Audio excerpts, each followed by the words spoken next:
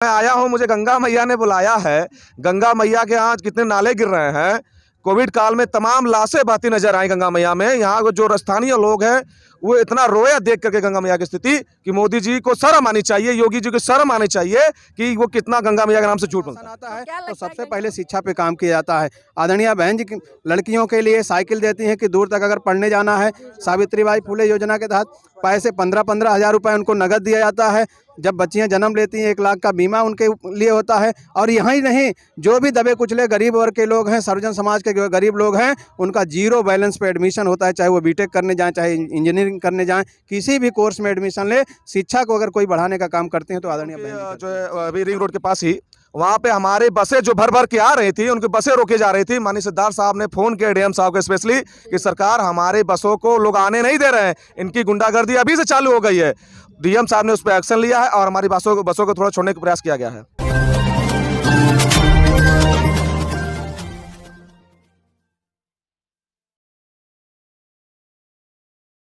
नमस्कार, आप देख रहे हैं एनबी न्यूज़ 24/7 नीलम बोध के साथ। लगातार उत्तर प्रदेश में बहन जी की रैलियों को कवर करते हुए आज हम पहुंचे हैं वाराणसी मंडल में।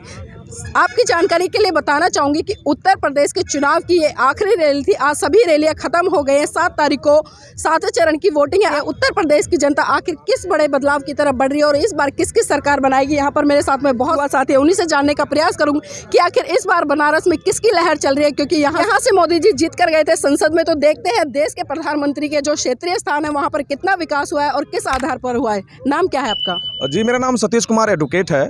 सतीश जी, जानना चाहूंगी जिस तरह से 5 साल में अभी योगी की सरकार रही तो कितना विकास हुआ है धरातल पर? देखिए, मैं कहना चाहूँगा कि जो योगी जी दिन रात पेपर पे उनका जो है छपता रहता है, मीडिया दिखाती रहती है।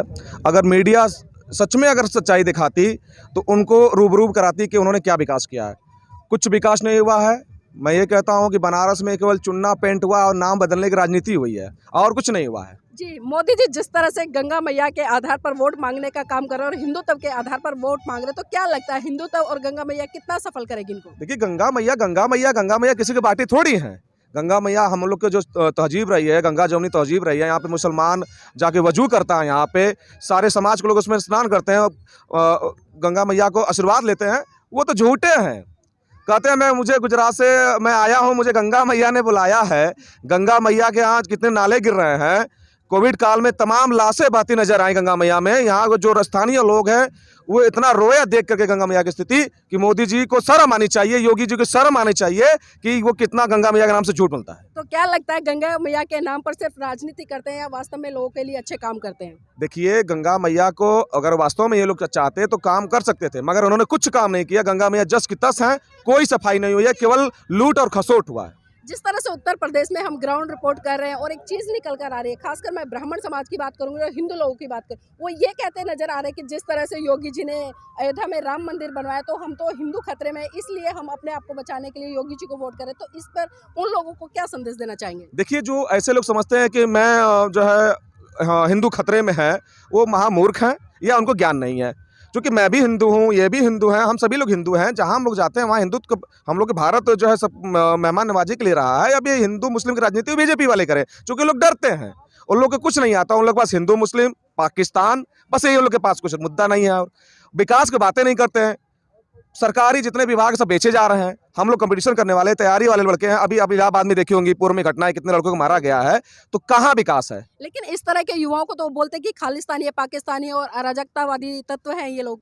मैं अब कहना चाहूंगा कि हमारे किसान भाई जी बॉर्डर पे बैठे हुए थे, इसके लिए भी सारे संसद में मोदी जी और उनके तमाम सारे नेता कहते थे सब खालिस्तानी है, पाकिस्तानी है। क्यों उन्होंने अपना बिल वापस ले लिया? वो डर गए। डर इसलिए गए कि 5 राज्यों में विधानसभा चुनाव होने वाले थे और पांचों राज्यों में जनता उनको जड़ उखाड़ के फेंकने का काम करेगी। आप देख लीजिएगा।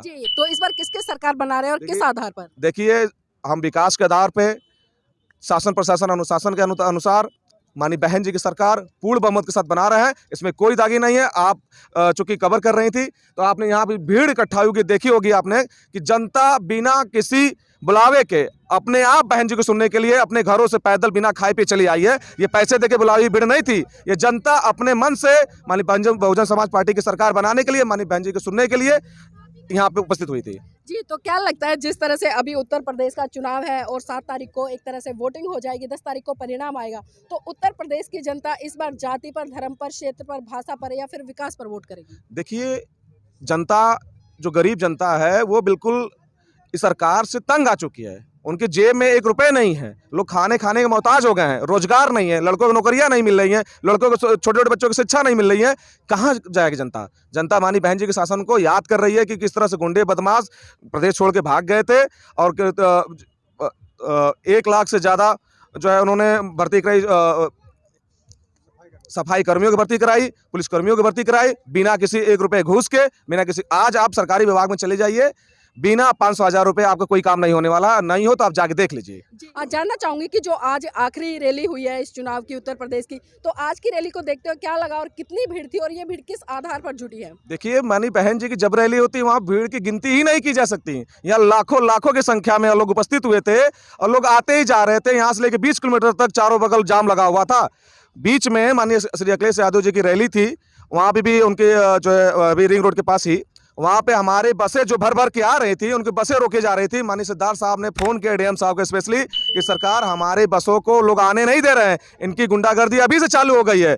डीएम साहब ने उस पर एक्शन लिया है और हमारी बसों को थोड़ा छोड़ने का प्रयास किया गया है। मतलब डरे हुए हैं लगता है। बिल्कुल डरे हुए हैं। माननीय अखिलेश जी के पास उनकी रैली फ्लॉप हो गई है। आप मीडिया में देख लीजिएगा, जाकर के वहाँ ग्राउंड स्तर पर जाइएगा, उनकी रैली फ्लॉप हो गई है।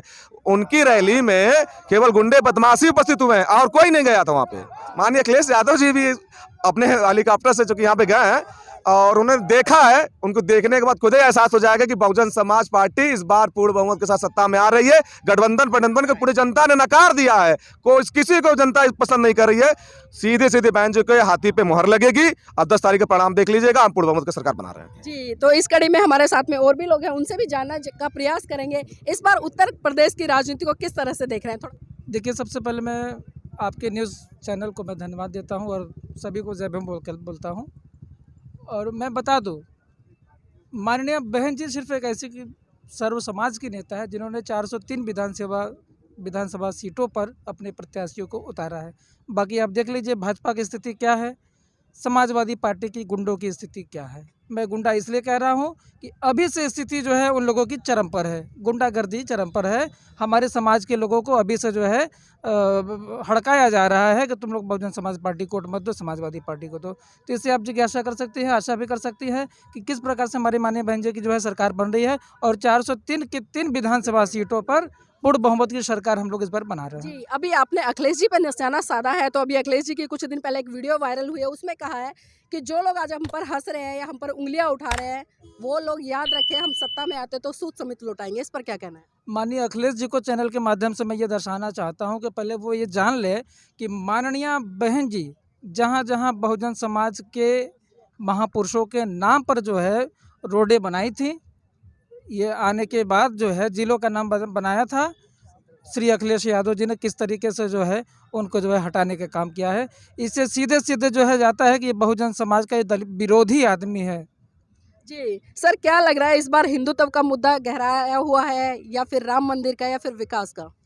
देखें, इस बार इनका जो राम मंदिर का या धर्म की बात है वो बिल्कुल कहीं भी इनकी भीड़, जो इनकी कार्यक्रम होते हैं, चाहे माननीय मोदी जी के हों चाहे योगी जी के हों, सारी कुर्सियां खिलाफ जाती हैं।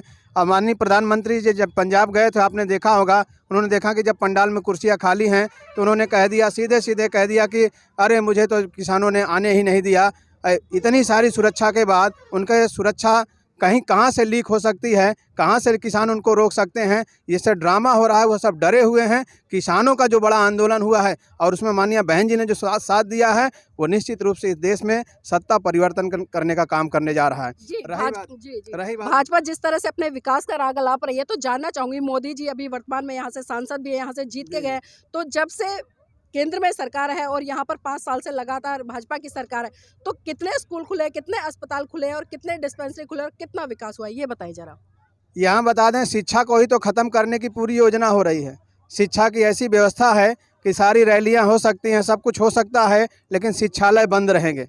अभी जो अमीर घराने के बच्चे हैं वो लैपटॉप पे पढ़ लेंगे, उनके पास टैबलेट हैं, उनके पास बाईजूस जैसे तमाम सिस्टम है, वो पैसे जमा करेंगे 50 लाख 50,000 1 लाख और वो पढ़ लेंगे। लेकिन गरीब घरों के जो बच्चे हैं उनके लिए शिक्षा का रास्ता सब बंद हो रहा है। जबकि माननीय बहन जी का शासन आता है तो सबसे पहले शिक्षा पे काम किया जाता है। आदरणीय बहन जी लड़कियों के लिए साइकिल देती हैं कि दूर तक अगर पढ़ने जाना है। सावित्रीबाई फुले योजना के तहत पैसे 15-15 हज़ार रुपये उनको नगद दिया जाता है।